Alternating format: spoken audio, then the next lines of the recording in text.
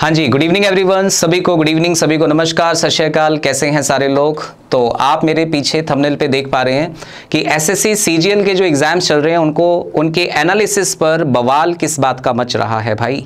तो ये एक बहुत ही इंपॉर्टेंट वीडियो है जो आप सभी को देखनी चाहिए और सभी को इसके बारे में राय जरूर देनी चाहिए अपनी अपनी, ठीक है।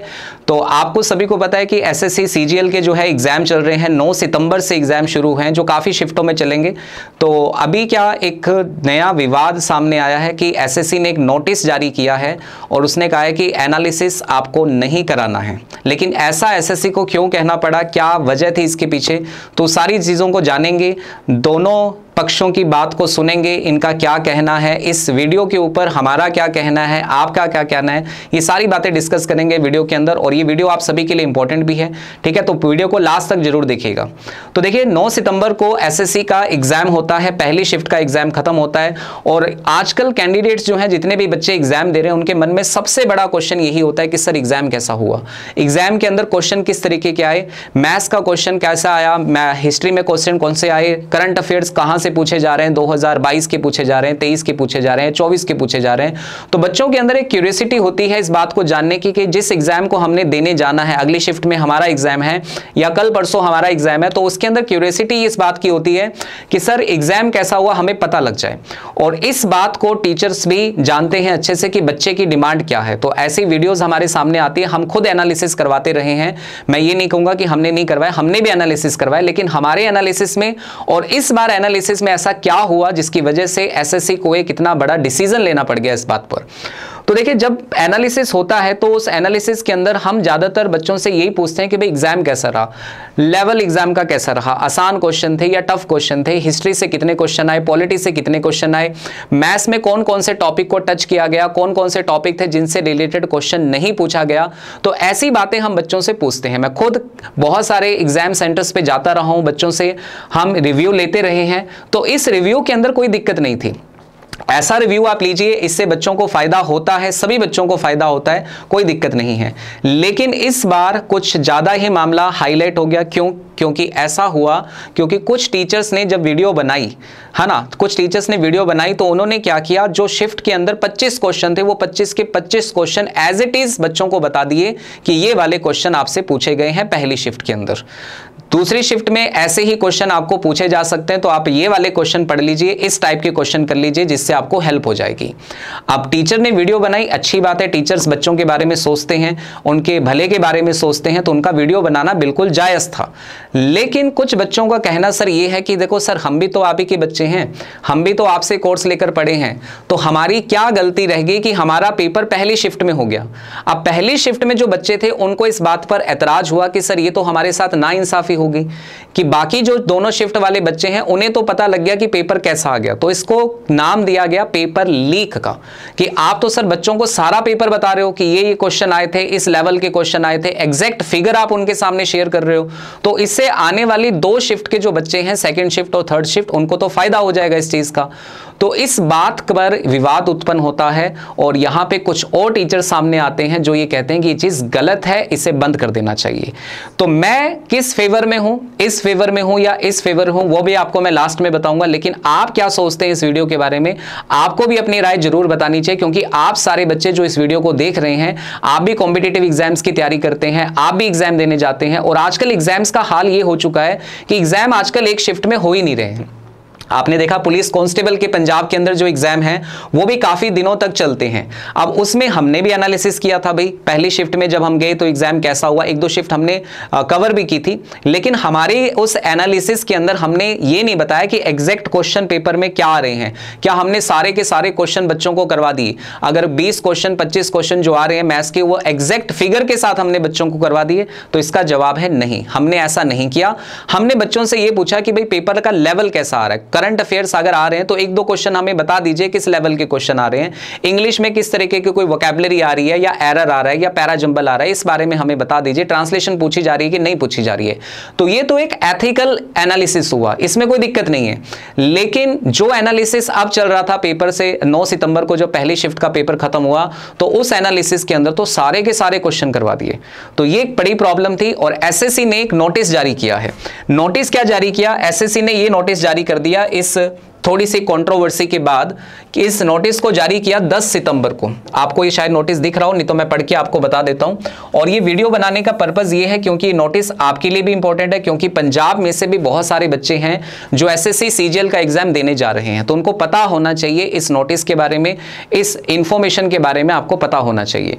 तो इसमें लिखा है the commission has time and again brought to the notice of candidates and other stakeholder that anyone found to be disclosing, publishing, reproducing, transmitting, storing or facilitating transmission and storage of test contents in any form of any information therein in whole or part therefore be means। ठीक है, तो इसका मतलब यह है कि कोई भी बच्चा जो एग्जाम देने जा रहा है, अब ज्यादातर होता क्या है कि जब बच्चे एग्जाम देने जाते हैं तो हम भी बच्चों से कह देते हैं बच्चों यार कुछ क्वेश्चन आपको पता लगे तो बताना कि हम जो क्लास में चीजें पढ़ा रहे हैं क्या वैसा पेपर आ रहा है या कुछ डिफरेंट टाइप के क्वेश्चन आ रहे हैं। तो हम भी बच्चों से कह देते हैं कि चलो आपका मेमोरी बेस जितना भी आपको याद रहे आप आके हमें शेयर कीजिएगा। एथिकल है, कोई दिक्कत नहीं है। बच्चा जितने क्वेश्चन उसको याद रहते हैं वो बता देता है कि हमें सर ये क्वेश्चन याद थे और हमने आपको ये बता दिया, हिंट बता दिया, इस तरीके के क्वेश्चन आए थे। कुछ बच्चे क्या करते हैं, जो रफ शीट होती है उस रफ शीट के ऊपर पेपर को लिख लेते हैं, पूरा का पूरा पेपर लिख लेते हैं, लेकिन इतना टाइम मैं चाहता हूं बच्चों के पास नहीं होता कि कोई बच्चा 25 के 25 क्वेश्चन लिखे, इतना टाइम पेपर में नहीं होता। तो ये बच्चों की तरफ से ऐसा नहीं होता है। एक्चुअल में कहा गया है कि जो एग्जाम जहां जिस सेंटर पे चल रहे हैं वहां लैब पे जो लैब वाले जो हैं जो एग्जाम कंडक्ट करवा रहे हैं वहां पे लैब में जिनकी ड्यूटी होती है वो लोग पेपर के क्वेश्चन बाहर शेयर कर देते हैं सेंटर वालों के साथ। ठीक है, एग्जैक्ट क्वेश्चन शेयर करते हैं, क्योंकि मैं मान के चलता हूं अगर कोई बच्चा एग्जाम देने जा रहा है तो उसको 25 के 25 क्वेश्चन लिखने का टाइम नहीं है, वो सारे के सारे क्वेश्चन नहीं लिख पाएगा और इतने क्वेश्चन बच्चों को याद भी नहीं रहते। एग्जाम देने के बाद हम भी बच्चों से रिव्यू लेने जाते हैं तो पूछते हैं भाई एग्जाम कैसा क्या? सर याद नहीं है जी, पेपर हो गया बस, ठीक है। याद नहीं है हमें कितने क्वेश्चन आए थे, क्या क्वेश्चन आया था, एक दो क्वेश्चन मेमोरी बेस जो याद होता है वो हमें बता देते हैं। तो यहां तक बात आई तो एसएससी ने ये कदम उठाया, क्योंकि एसएससी पहले भी ये बात कह चुकी है। एसएससी ने नोटिस आज नहीं पहले भी एक बार जारी किया था और ये कहा था कि देखो एसएससी जो है वो काफी सारी शिफ्टों में एग्जाम लेती है, तो हमारे पास इतने सारे क्वेश्चन नहीं होते कि हम हर शिफ्ट के अंदर एक नया क्वेश्चन बना दें। और इस चीज का आपको पता होगा कि जब अलग अलग शिफ्टों में पेपर होते हैं, डिफरेंट शिफ्ट्स में पेपर होते हैं, पूरा एक महीने तक जब आपके एग्जाम चलते हैं तो उसमें एक सबसे बड़ा रोल आता है नॉर्मलाइजेशन का, कि कौन से शिफ्ट का पेपर हार्ड था, कौन से शिफ्ट का पेपर इजी था, कौन से शिफ्ट में ये चीज आई थी, तो उससे नॉर्मलाइजेशन होता है, नंबर बढ़ते हैं बच्चों के या कम होते हैं जो भी है। तो नॉर्मलाइजेशन पे भी इस चीज का असर पड़ता है कि अगर हम बच्चों को पूरा का पूरा एनालिसिस करवा देंगे, उनके सामने पेपर ही खोल के रख देंगे कि भाई पहली शिफ्ट में तो ऐसा एग्जाम हुआ था, अब आप इसके अकॉर्डिंग तैयारी कर लो, तो ये बच्चों के साथ कहीं ना कहीं नाइंसाफी थी और बच्चों ने इस चीज का विरोध किया और कुछ टीचर्स ने भी इसका विरोध किया और बाद में एसएससी को ये स्टेप लेना पड़ा और उन्होंने इसे बिल्कुल स्पष्ट रूप से कह दिया कि अगर कोई टीचर पूरा का पूरा एनालिसिस करता है तो वो चीज लीगल कार्रवाई के अंदर आएगी, उस पर लीगल कार्रवाई हो सकती है। और अगर कोई बच्चा इस चीज में पाया जाता है, अगर टीचर ने कह दिया मुझे तो फलाना बच्चे ने ये मैसेज किया था या मुझे टेलीग्राम पे इस बच्चे ने ये चीज भेजी थी, तो आप भी उसमें फंस सकते हैं। तो इसलिए एसएससी ने स्पष्ट रूप से कहा कि अगर कोई भी बच्चा किसी भी तरह के प्लेटफॉर्म पर, सोशल मीडिया पर इस तरीके की इंफॉर्मेशन शेयर करता है तो उसे एसएससी जो है लीगल कार्रवाई कर सकती है। ठीक है, disciplinary and legal action would be taken against such candidate or person individual involved as per rule and such matter would be reported to police if necessary। कहता है ये सूचना हम पुलिस को भी दे सकते हैं, पुलिस केस भी आप पे हो सकता है। तो जो बच्चे आने वाले टाइम में सीजीएल का एग्जाम देने जा रहे हैं वो इस बात का ध्यान रखें कि आप अपनी रफ नोटबुक, रफ जो पेज आपको मिलता है उससे किसी भी हालत में आपको एग्जामिनेशन हॉल से बाहर नहीं लाना है, उसके ऊपर क्वेश्चन आपने नहीं लिखने हैं, नहीं तो आप लीगल कार्रवाई के अंदर आ सकते हैं और आपको एसएससी बैन भी कर सकता है 2 साल के लिए पेपर देने से। और जहां तक उम्मीद है कि इस लेटर के बाद, इस नोटिफिकेशन के बाद ये भी हो सकता है कि इस पर थोड़ी सी कार्रवाई सख्त हो जाए। जो लैब वाले हैं वो आपको पहले ही जो रफ पेज आपको दिए जाते हैं वो आपसे सबमिट करवा लें, आपको बाहर लाने नहीं दिया जाए। हाँ, अगर पेपर 1 डे एग्जामिनेशन कोई है, एक ही दिन में अगर पेपर खत्म हो रहा है तो हम उसको एनालिसिस करा सकते हैं, कोई दिक्कत नहीं है। लेकिन एसएससी कहता है कि ये बहुत सारी शिफ्ट होती है, हमारे पास इतने क्वेश्चन नहीं है बनाने के लिए, तो हम एक जैसे क्वेश्चन डालते हैं। आपको पता होगा हमारी क्लास होती है 8 बजे, योद्धा सीरीज की क्लास होती है इंग्लिश की, जिसमें मैं इंग्लिश के अंदर आपको एसएससी के 2023 के सीजीएल के एग्जाम मैंने अभी करवा रहा हूं, और उससे पहले मैंने 1 जुलाई से 11 जुलाई के बीच की जो एसएससी सीएचएसएल के जो एग्जाम हुए थे, आंसर की उसकी आ चुकी थी। उसके बाद मैंने उसका एनालिसिस करवाना शुरू किया, और मैंने क्लास में बच्चों को भी एक बात बताई, देखो एसएससी के पास क्वेश्चन नहीं है। ये बात हमेशा अपनी क्लास में बताता हूं कि एसएससी के पास नए क्वेश्चन है ही नहीं, आप उठा के देखिए पुराने क्वेश्चन ही रिपीट करे जा रहे हैं, ठीक है ना। तो भाई मैं अगर आपको ये बता रहा हूं कि पुराने क्वेश्चन रिपीट हो रहे, इसमें कोई दिक्कत नहीं है, आप पढ़ो भाई वो क्वेश्चन, पुराने साल के अंदर जो क्वेश्चन आए हैं आप उनको पढ़िए, क्या दिक्कत है। मैंने कहा देखो, मैंने ये भी बताया था कि जैसे पहली शिफ्ट के अंदर अगर आर्टिकल का क्वेश्चन पूछा हुआ है, आर्टिकल से रिलेटेड क्वेश्चन पूछा हुआ है, तो दूसरी शिफ्ट में भी आर्टिकल था, तीसरी शिफ्ट में भी आर्टिकल की एरर थी। तो जिस बच्चे ने पहली शिफ्ट का एग्जाम दिया है उसको तो चलो ठीक है, नहीं पता था किस तरह का क्वेश्चन आएगा, लेकिन दूसरी और तीसरी शिफ्ट वालों को पता लग गया कि आर्टिकल का क्वेश्चन आएगा, उन्होंने रिवीजन कर लिया उस चीज को, है ना, उनको टाइम मिल गया इस चीज का, उन्होंने पढ़ लिया, भाई ये वाला टॉपिक मैंने पढ़ा नहीं था, चलो आप पढ़ लेते हैं, उसको फायदा हो गया इस चीज का। लेकिन ये पहली शिफ्ट वालों का क्या कसूर है जिनका एग्जाम पहली शिफ्ट में आया है? क्योंकि ऐसा तो है नहीं कि आज आपका एग्जाम पहली शिफ्ट में नहीं आया, आज आप खुश हो रहे हो कि चलो हमें तो क्वेश्चन पता लग रहे हैं। हो सकता है किसी एग्जाम में आपका भी एग्जाम पहली शिफ्ट में आ सकता है, तो उस दिन आप क्या करोगे, आपके दिल पे क्या बीतेगी। तो इसलिए ये चीज अनएथिकल भी है किसी तरीके से, मेरा मानना है अनएथिकल है, मैं अगर अपना पॉइंट ऑफ व्यू दूं। लेकिन दूसरा पॉइंट ऑफ व्यू ये भी है कि जैसे अब एसएससी ने नोटिस निकाल दिया कि आप अपने क्वेश्चन को शेयर नहीं कर सकते, तो मैं एसएससी से यह पूछना चाहता हूं कि यह चीज कहां तक आपको लगता है लॉजिकल है। आप कोई एग्जाम बच्चा देने आता है, अगर देकर बाहर आता है, चलो ठीक है वो टेलीग्राम पे शेयर नहीं करेगा, मान लो वो सोशल मीडिया पे शेयर नहीं करेगा, लेकिन क्या वो अपने दोस्तों के साथ बात करते हुए कहीं ना कहीं तो क्वेश्चन शेयर करेगा ना, अपने ग्रुप के अंदर जहां वो पढ़ाई करता है उसमें तो वो शेयर करेगा ही करेगा, ठीक है ना। तो आप इसको पूरी तरीके से तो नहीं रोक सकते हो, हाँ, लेकिन ये चीज ठीक है कि बच्चे का कॉन्टैक्ट थोड़ा है, उसके पास पर्सन थोड़े हैं जिनके साथ वो शेयर कर सकता है। लेकिन अगर कोई बड़ा प्लेटफॉर्म इस तरीके से क्वेश्चन करवा रहा है जिसको बच्चे फॉलो करते हैं, तो ये चीज गलत हो जाती है। तो इसलिए एसएससी ने उन टीचर्स को भी स्पष्ट रूप से ये कहा है कि आप भी ऐसा नहीं कर सकते हो, ठीक है जी। तो ये एक छोटी सी इंफॉर्मेशन थी आप सभी के लिए, आई होप सो आप इस इंफॉर्मेशन को, इस पूरे मामले को समझ पाए होंगे, और आने वाले टाइम में आपको भी इस चीज का ध्यान रखना है कि ऐसी एक्टिविटी में आपको इंक्लूड नहीं होना है किसी भी हाल के अंदर, ठीक है। बाकी तैयारी कीजिए, अपनी एथिकल तरीके से तैयारी कीजिए, बढ़िया कंपटीशन, हेल्दी कंपटीशन आपके बीच में होना चाहिए, चाहे वो आप पहली शिफ्ट के एग्जामिनेशन में बैठे हो या सेकंड शिफ्ट के आप कैंडिडेट हो, हेल्दी कंपटीशन होना चाहिए, सबको बराबर का मौका मिलना चाहिए, ठीक है। मेरा तो यही कहना है कि किसी को भी एडवांटेज नहीं हो किसी तरीके का, क्योंकि तैयारी सबने की है और जिसकी तैयारी बेहतर होगी उसको नौकरी मिलनी चाहिए।